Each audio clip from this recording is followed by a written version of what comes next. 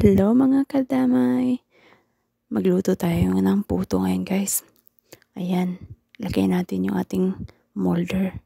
Yung molder ko pala guys, nakita ko lang yun sa kabilang bahay. Kinuha ko. Binigyan naman sa akin. Silicone pala yan. Pero pwede naman yan sa mainit kasi nakailang beses na akong luto dyan. Hindi naman siya nasira. Ayan guys, so pinuno ko lang ng mixture ng puto.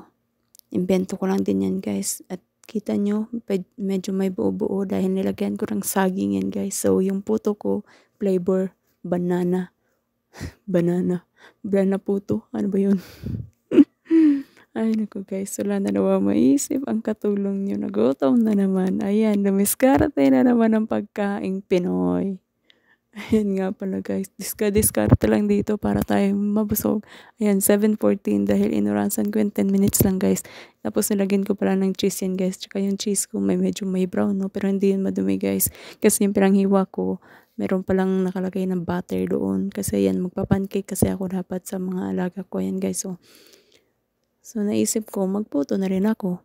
Kaya ayan, pinagluto ko rin sila ng pancake kasi paborito nila yung pancake. Pero yung pancake na yan, nilagyan ko ng banana. Yan pala guys. So, pag may bubbles na yung pancake mo, pwede mo nang baliktaran yan. Kasi ibig sabihin nun, luto na yung ilalim niya. Ayan, binaliktad ko na.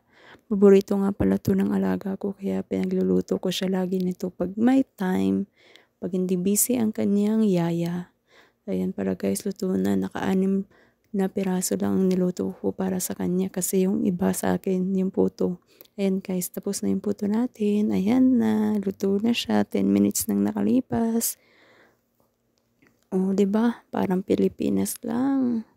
Ang sarap ng puto. May pang merienda na naman at agahan ang katulong. Diskarte lang yan guys para hindi tayo magutom.